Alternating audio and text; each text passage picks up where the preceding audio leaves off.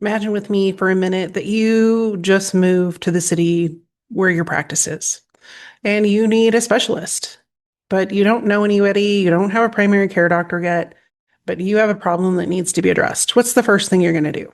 Chances are pretty high you're going to get on Google or your favorite search platform and you're going to start searching for doctors who address shoulder pain.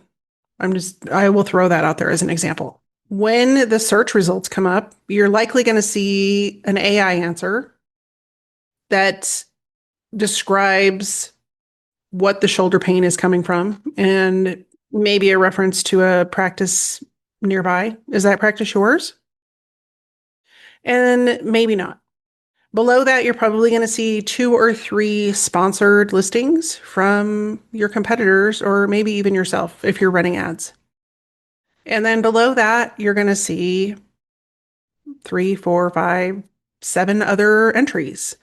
And if you were this person and you're looking for someone, chances are pretty high you're going to start clicking on those links to see what their website looks like because from the Google list, you all look the same. Unless there's, some red flag like somebody has 3.7 stars or somebody has 4.9 stars and all their competitors are way below that. But chances are pretty high if you don't know what you're looking for, you're just going to start clicking on those business names. And when you get to their websites, if they all say the same thing, like we have excellent patient care and we get you back on your feet, and they're all very generic language and they don't really speak to this person's challenges or the things that they want to get back to, you're not differentiating yourself at all in the marketplace. And there's no difference between them picking you or one of the other five people that they clicked on. Chances are pretty high that every single one of those websites say something like patient-centered or excellent care or the best doctors in orthopedics, for example.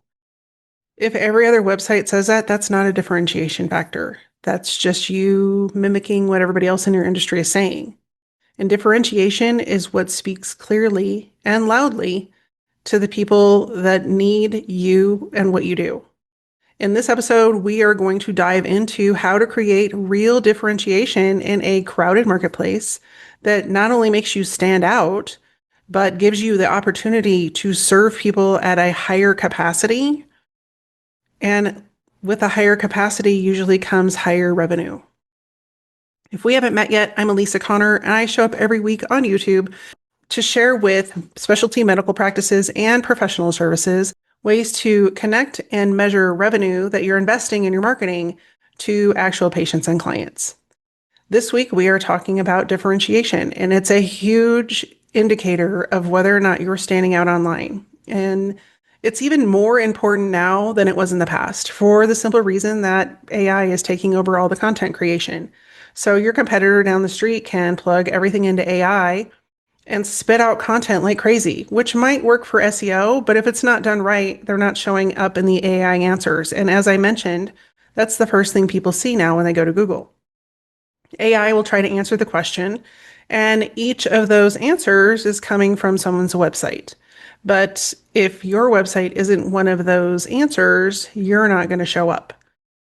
If you're lucky and people keep scrolling down the page, then they might get to you. But again, if you aren't standing out from everyone else, then the likelihood that they're going to stick around on your page and book an appointment versus your other 4, 5, 7 competitors is slim to none. The reality about clinical excellence in a specialty medical practice is it's assumed, and everybody thinks it's a differentiator, but everybody has it because they have to. We are not going to go to a practice that doesn't have excellent doctors or excellent care because we have a lot of other options. And so if you're relying on your laurels of clinical excellence, then you're behind the curve and we need to get you brought up to where things are standing right now. Unfortunately, and fortunately, patients and customers have the access to everything under the sun to learn pretty much anything they want to know about your practice before they ever pick up a phone, clicked on your website link, or talk to someone about your practice. And that is all done through reviews, website experience, the stories that they either connect with or don't connect with on your website or on your social media posts, and the conversations that you're creating or not creating with them to bring them closer to want to learn more. The truth about differentiation in medical practices and any business at this point is you have to make people feel like they're in the right place. And if you don't, they're going to continue searching for the place that makes them feel like they're at home. And if your practice or your office is not doing that, then you're missing out not only on potential clients and patients, but you're also missing out on a ton of potential revenue. And at the end of the day, if you're not differentiating yourself and you're not determined to carve out your niche in the market and show how and why you're different, choices for people to work with you and or become a patient of yours come down to price and convenience. At the end of the day, those two will determine whether or not people come to you or someone else. And you don't necessarily want to be the Walmart of your industry. Everybody can compete on price, but do you want to be that person? Or do you want to be the organization that delivers exceptional service, patient care, and interest in your patients so that you can become the Tiffany of your industry versus Walmart? I know which one I would rather go to, and I ask the same for you. If you were a patient of your own practice or a customer of your own business, would you do business with yourself? And would you know that you were in the right place? If not, then stay tuned because we're going to talk about how to fix that. One of the biggest challenges that I see in every size and shape of organization, whether it's medical practices or a engineering firm, is that though every organization struggles with how to talk about how they're different, and they struggle with trying to narrow down who it is they specifically help and why they help that person. And every organization and every department within an organization even has its own culture, it has its own nuances, it has its own things that work well, and it has its own ability to connect with and build rapport with a certain kind of individual. But organizations fear having those specific conversations and diving that deeply because they don't want to alienate people that don't fit into that mix. But in the world that we live in, and especially with online, the deeper you go with the conversations that you start to implore with the people you want to work with, the faster they're going to find you and the quicker you're going to stand out from everyone else. But if you're like every other medical practice out there, for example, if you're like every dentist out there, they all pretty much say the same things on their website. They don't tell any personal stories, and they speak to anybody who needs a dentist. Well, there's no differentiation between you and Joe Blow down the street because you're both dentists. You both have a lot of dentists. You both have all the new and fancy equipment, and you both have the same testimonials on your website. So if the choice is going to Fred Jones or coming to your office and Fred Jones is cheaper, I'm going to choose Fred because you haven't shown me that there's any reason to come to you. And that's what we need to talk about. And that's where people get stuck. I've done a lot of training around creating messaging that's clear, concise, and tells a story. And what I've learned with working with probably over 500 different types of businesses is that this is an area everybody struggles with.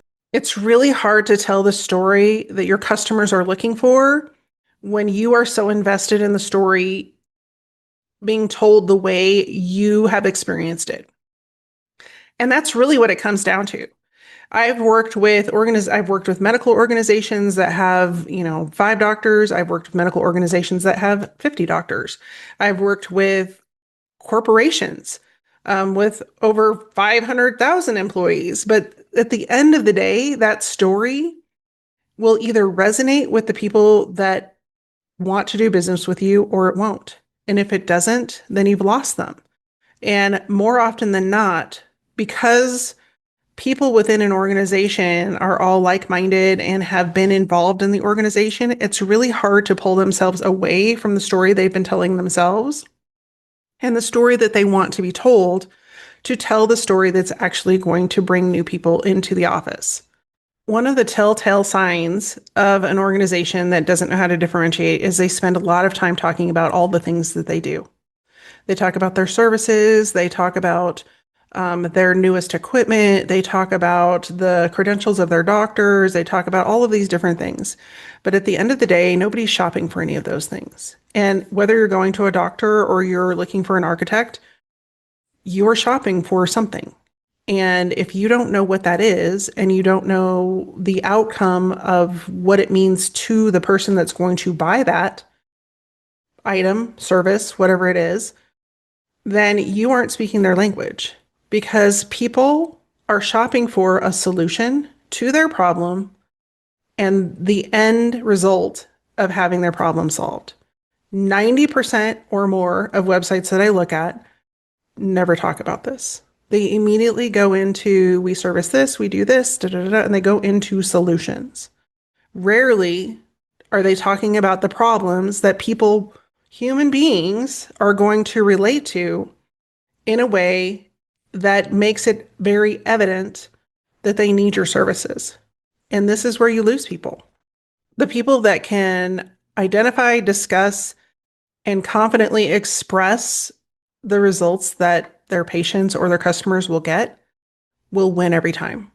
So rather than talking about your brand new piece of equipment for MRIs, you're better off to talk about how quickly you get people back on their bike and riding their next triathlon or whatever their event that they want to ride their bike in looks like for most of your patients, or having your patients tell that story is even more powerful. And then the second reason that messaging doesn't resonate with people, as I just mentioned this, is that you're trying to talk to everyone. And one of the mentors that I've had in my life, Marie Forleo, often used the phrase, if you're talking to everyone, you're talking to no one. And I have seen it come true again and again and again. Because if a specific type of person is looking, for example, a orthopedic surgeon to work on their foot, they don't want to be treated like a number. They want to be treated like somebody has dealt with another person who had the exact thing going on with their foot that this patient has going on, and they want to hear the story in a way that it relates to their life. So, for example, if they need foot surgery and they have bunions, some of the common challenges are they can't find shoes, or every pair of shoes hurts, or whenever they walk or do physical activity, their foot hurts, and on and on and on. I'm not a doctor, but most organizations aren't talking about the effects of that pain or that condition on the lives of that patient. They're talking about it from a very well, we go in and do surgery and we have this great new rod that we can put in your toe, and you'll be back to, 6 weeks of recovery, and they don't even get to what life will look like afterwards.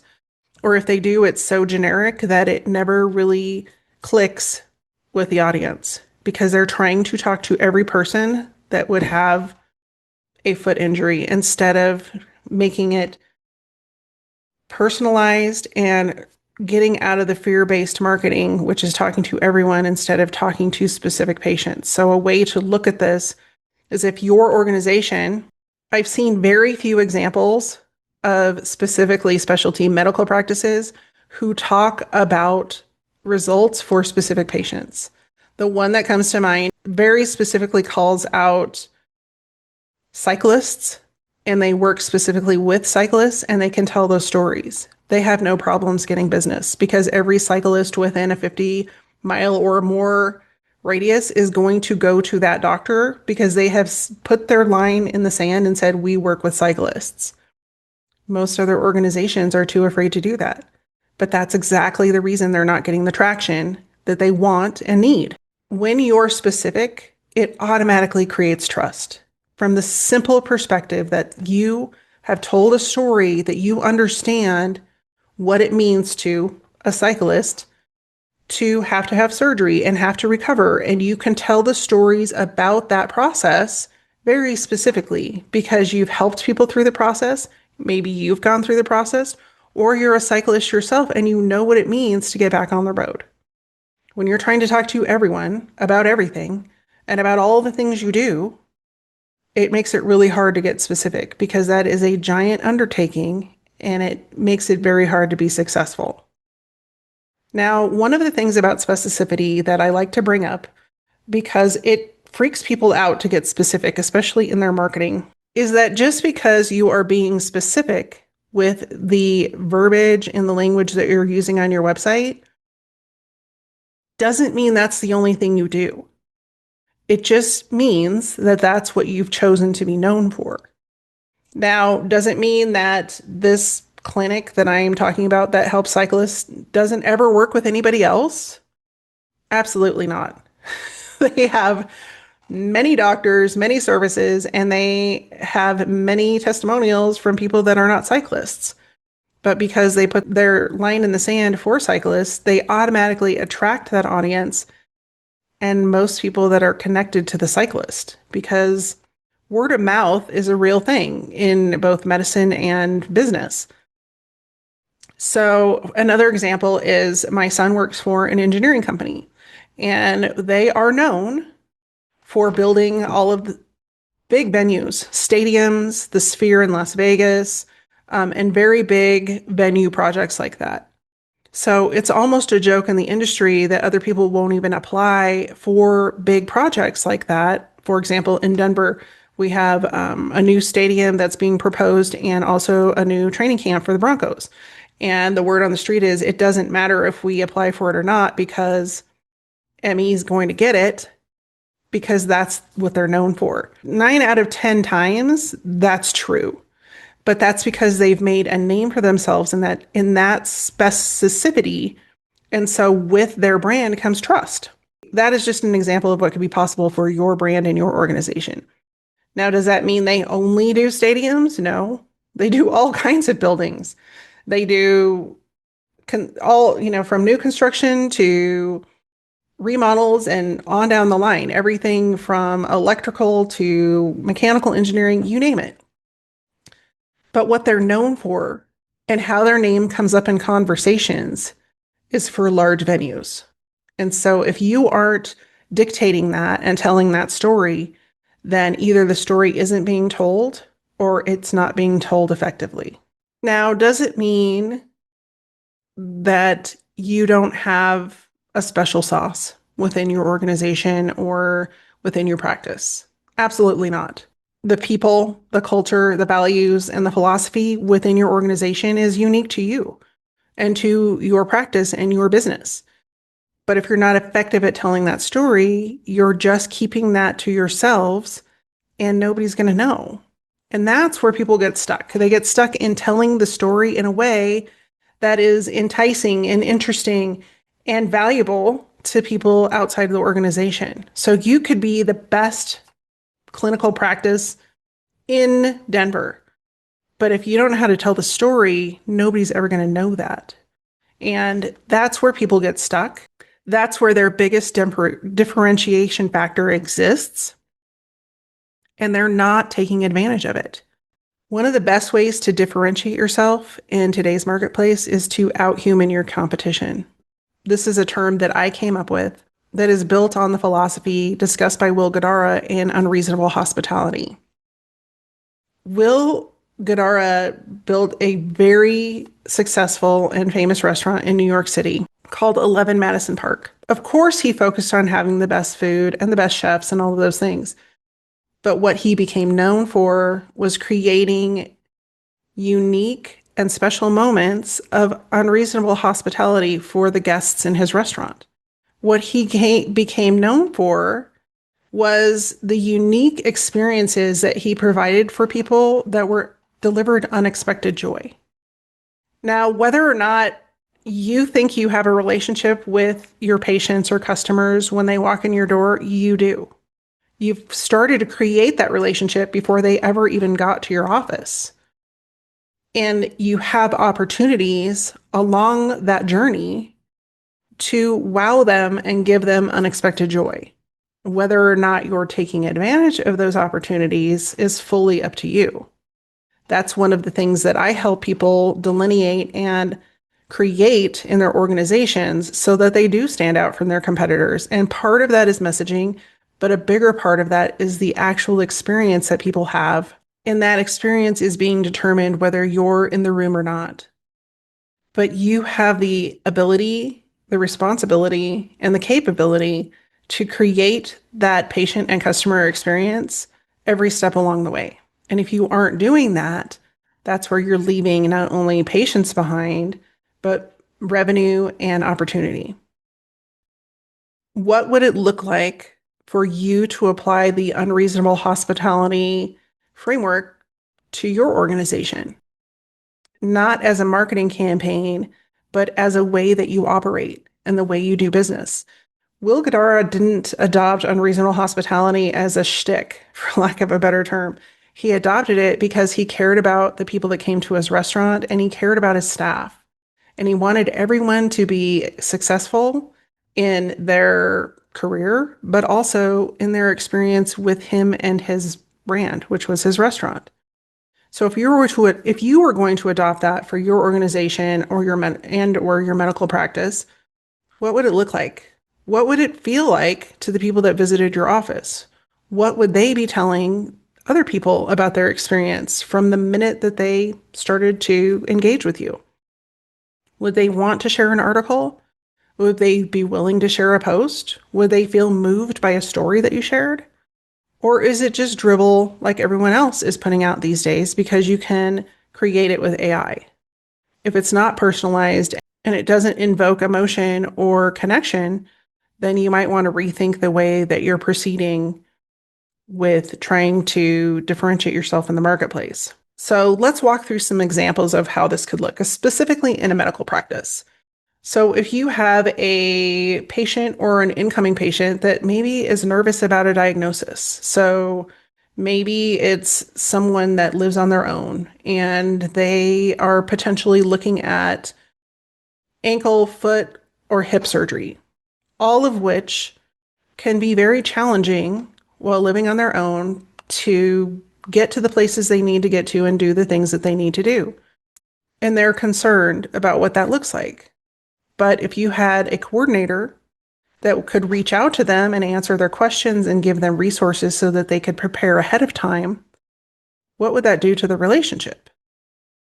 It would ease their fears. They would feel like they had control over the situation, and they would probably be immensely grateful that they had someone reach out ahead of time and ease their fear and panic. So another example is you have a patient that was referred. If you missed my referral video, I talked about that last week, and you can't see them right away. It's maybe a 2 or 3 month wait, which is very often the case. Like doctors get backed up and schedules are booked between all the different shoes that they have to fill within the office.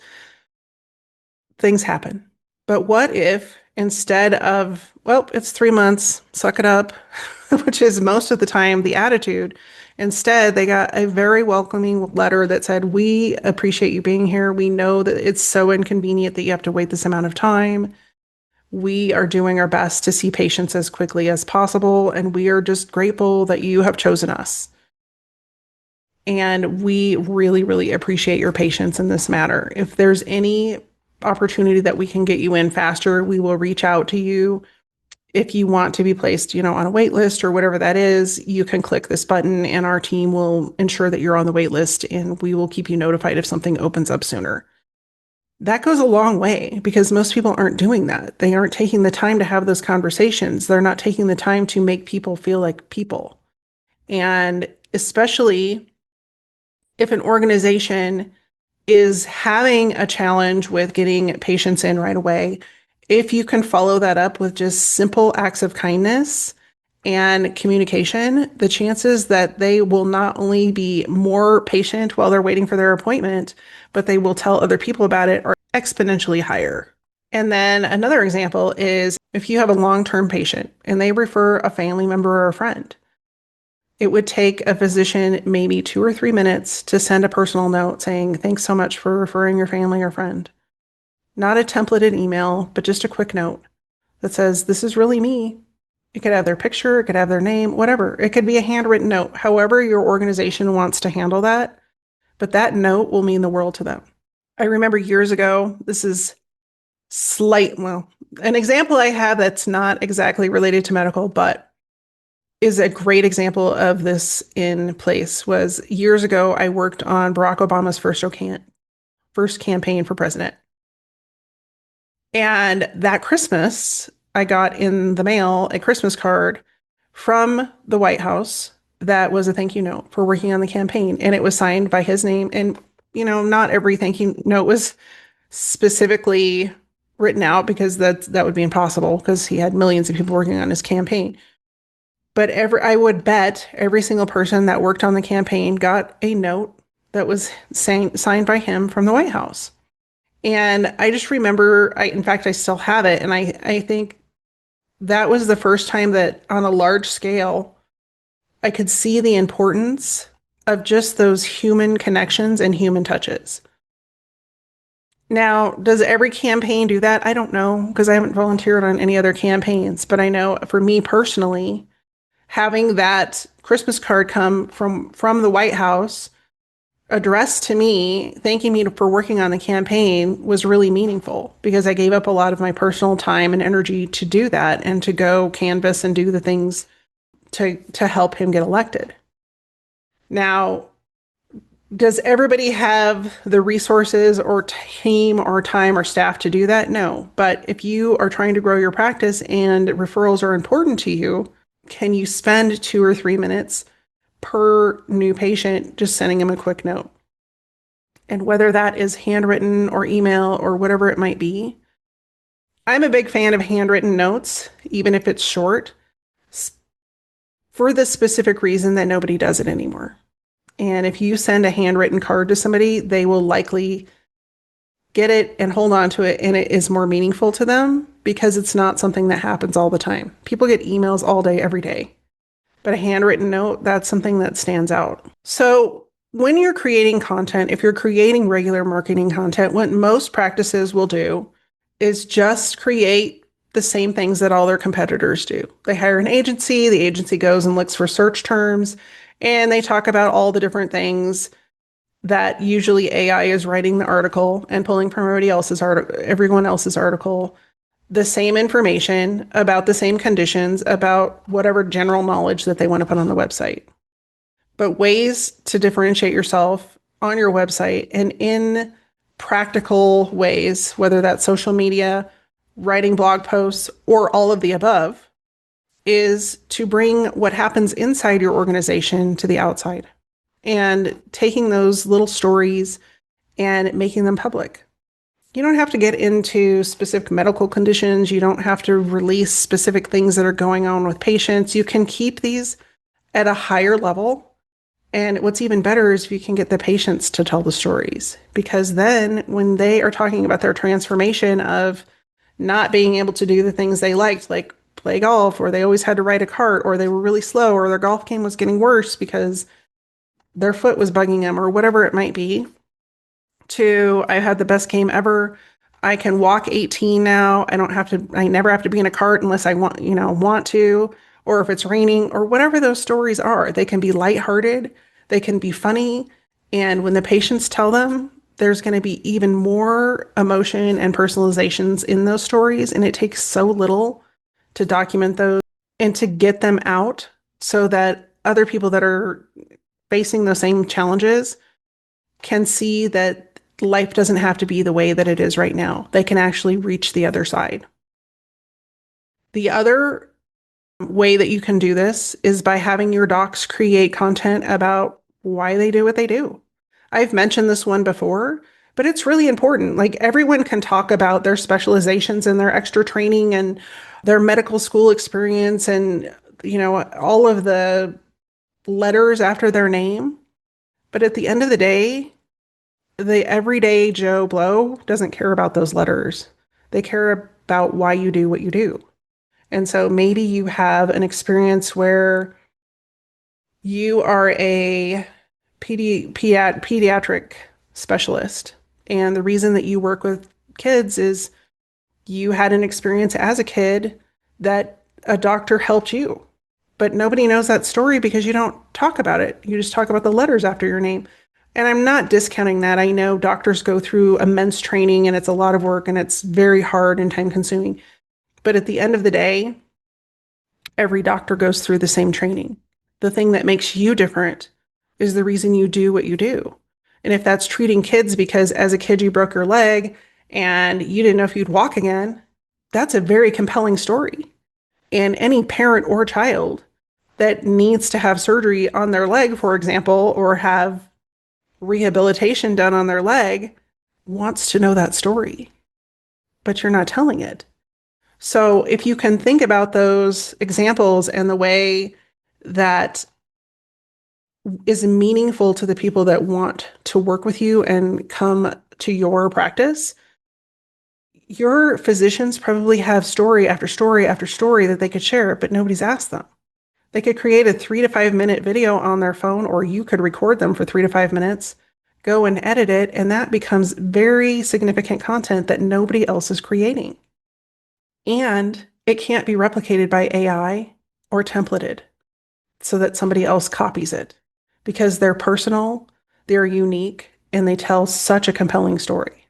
And then the last component is if you've watched any of the other videos that I've talked about, creating processes around patient care and bringing patients into your practice and patient experience, then doing behind the scenes videos about that experience with your patients and what it's meant not only to your organization, like we're able to see more patients, we're able to take more time with those patients, we're able to build stronger relationships because we did all of these other things, or from the patient perspective of, hey, when I come in, I feel welcome, I feel like I'm with family. I never have to worry because they've taken care of all of the things that I used to worry about. The insurance, the billing, the what to do before, during, and after surgery, all of those different things. And if the processes are created and the differentiation is created, then the patients want to tell those stories. But some of those random behind the scenes administrative things that we think are so boring are going to make all the difference in the things that your practice is able to do because you put them in place. So tell those stories. Before, it was like this. Everybody's ripping their hair out and running in 15 directions and nobody got extra time. And if one person did have extra time, it threw the whole schedule off. You know what this looks like. But if you have pulled your practice out of that behavior and out of that unfunctioning system, and you created a different experience for your patients, then you should talk about that. That's something that's compelling to people. We are always on time, and this is why. And those kinds of stories are ways that are things that your future patients are looking for, and you just haven't told the story yet. So if you are a regular viewer of these videos, you know that every week I give you an action plan. And this week we have a 3-step action plan as well. So step number 1 is to ask 5 current patients why they chose you, why they send people your way, and why they keep coming back. Now, I want you to listen, but I also want you to record this because what's really important about this conversation is the words they are using to describe you become your differentiation factor. And if you can't recall the exact words because you're in clinical mode and you speak about things in a certain way, you're going to lose the magic of this step. And so record it and then throw it through an AI translator to pull out the language, because that is going to become the magic for how you create new messaging. Step number 2 is to go and look at your current website and do a tally sheet of how many times do you talk about all the things you do and the equipment you have and the processes that you have in place versus the number of outcomes. People usually look like this. People come to us for this. People start here and end up here. And then when you compare those 2 lists, you're probably going to discover you have some work to do. chances chances are pretty high that they're not going to be equal or anywhere close to equal. And that's okay because recognizing where things are not equal is the first step to making adjustments and equalizing the things that you're talking about so that they appeal more to the people that you want to work with and that want to work with you. And then the last step of this process is to identify one specific moment within your patient experience that you could add a human moment, whether that's sending someone a note when they send you a referral, a personalized note to say, thanks so much for sending us your sister-in-law, blah, blah, blah, we appreciate it. Or it's a personalized note after surgery. Everything went well. We're so grateful that you came to us. We're here for everything you need post-surgery. Here's the coordinator you can talk to, whatever that might be. You figure out the moment in your process that's going to be the easiest to implement and the most impactful in that patient experience. And then start taking steps to make that part of your process. What you probably won't realize by adding that one human moment in to whatever process you choose and whatever moment you choose is that's where the stories are going to start. That's where the stories that people will start to tell without you doing anything are going to start. And the reason that they're going to start there is because you took the time and you had the intention of making someone feel like a human and not just another number. Most businesses aren't going to take the time or energy to do that. But when you take the time and energy to do that and you do it in a way that makes someone feel like they're seen and heard, they're going to tell other people about it. And then they start to tell the story the way you want them to. So if you are a specialty practice or an organization that is struggling with how to differentiate yourself in the market or how to start having people tell these stories or where to even start with these stories, that is something that I help organizations with. There is a link below this video if you would like to book a free call and we can get started and just have a short conversation about where you are and where you want to be and see if we're a good fit to work together. In the meantime, I appreciate you making it to the end of this video. If you've enjoyed this content, I would love for you to share it with someone else and in hopes that they can find value in it as well. And if you like the video, I would love for you to hit the thumbs up. In the meantime, I will see you next week. Take care, be well, and stay safe.